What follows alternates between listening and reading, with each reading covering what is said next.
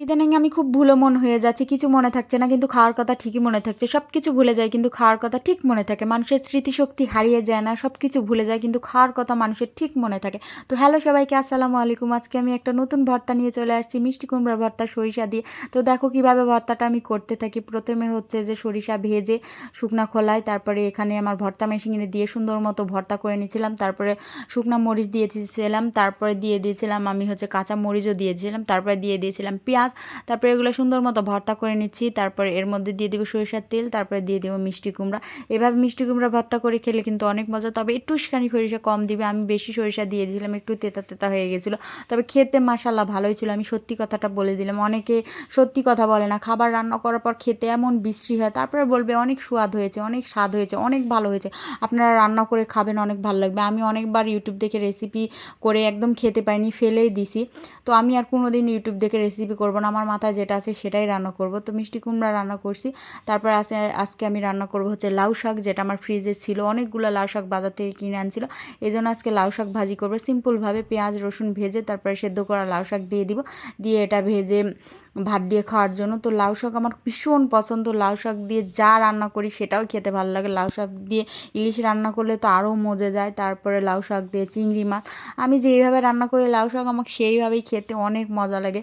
কারণ যারা মুখের রুচি আছে, যা রান্না করে দিবে তাই ভাল লাগে। লবণ দিয়ে ভাত খেলেও আমার অনেক ভাল লাগে, কারণ আমি খুব ভাতখোর, মানে ভাত আমার খুব পছন্দ।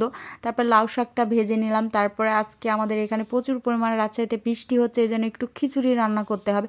আমার মেয়ে বলছিল যে একটু খিচুড়ি করো, বৃষ্টি হলে তো মানুষ খিচুড়ি খায়। তো আগে আমরা ছোটোবেলায় বৃষ্টি হলে খিচুড়ি খেতাম না, আমরা খেতাম পিঠা, চিতই পিঠা, তারপরে চাল ভাজা মেখে সবাই মিলে একসাথে গল্প করতাম আর খেলতাম, মানে খেতাম, আর হচ্ছে লুডো খেলতাম একসাথে, সবাই মিলে আড্ডা দিতাম, অনেক মজা হতো। তো সেই মজার দিন আর নাই, এখন সবাই যার মনে তাই একা। এই যে একা আমি আর আমার মেয়ে খিচুড়ি রান্না করে খাচ্ছি। এখানে যদি 3-4 জন থাকতো, সবাই মিলে যদি খিচুড়ি রান্না করে খেতাম, কি মজাই না হতো। আমি পেঁয়াজ রসুন তারপরে কাঁচামরিচ, শুকনা মরিচও দিয়েছিলাম, আমার কাঁচামরিচ শেষ হয়ে গেছিলো। তারপরে ভেজে চাল আর ডাল দিয়ে দিলাম, সুন্দর মতো দিয়ে ভেজে আমি ওটা রাইস কুকারে দিয়ে দিব। খিচুড়ি রাইস কুকারে রান্না করলে আমার বেশি ভালো লাগে, কড়াইয়ে রান্না করতে আমি পারি না। তো এই সুন্দর মতো করে ভেজে এখানে পানি দিয়ে দিব, দিয়ে যখন বলক উঠে আসবে তখন আমি এটা রাইস কুকারে দিয়ে দিব। সুন্দর মতো হয়ে যাবে, আমি আরামে বসে থাকবো আর মোবাইল টিপবো। তো আমি একটুখানি রসুনও দিয়ে দিলাম, রসুন দিয়ে এখন আমি একটু গরম জল দিয়ে দিব এই তো খিচুড়ির মধ্যে। তারপরে এখানে যখন বলক উঠে আসবে এটা আমি রাইস কুকারে ঢেলে দিব। এটার আমার ভিডিও করা হয়নি, যখন বলক উঠছে তখন আমি রাইস কুকারে দিয়ে দিয়েছি। আর রাইস কুকারে খিচুড়ি রান্না করলে অনেক স্বাদ হয় খেতে, কড়াইয়ে করলে তেমন হয় না, যারা পারে তারা করে। আমি রাইস কুকারেই দিই। এই যে আমার ছোট্ট মিনি রাইস কুকার, এখানে আমি দিয়ে দিয়েছিলাম, এটা ভিডিও করা হয়নি। তারপরে দেখছি সুন্দর মতো হয়েছে, না নরম হয়েছে না শক্ত হয়েছে, একদম পারফেক্ট হয়েছে। তো এটা ডিম ভাজি দিয়ে খাবো, অনেক মজা লাগবে খেতে। আর কিচ্ছু করিনি, বেগুন ভাজা আলু ভাজা কিছু নাই, শুধু ডিম ভাজি আর খিচুড়ি। তো আজকে খিচুড়ি পর্যন্তই, আল্লাহ হাফেজ।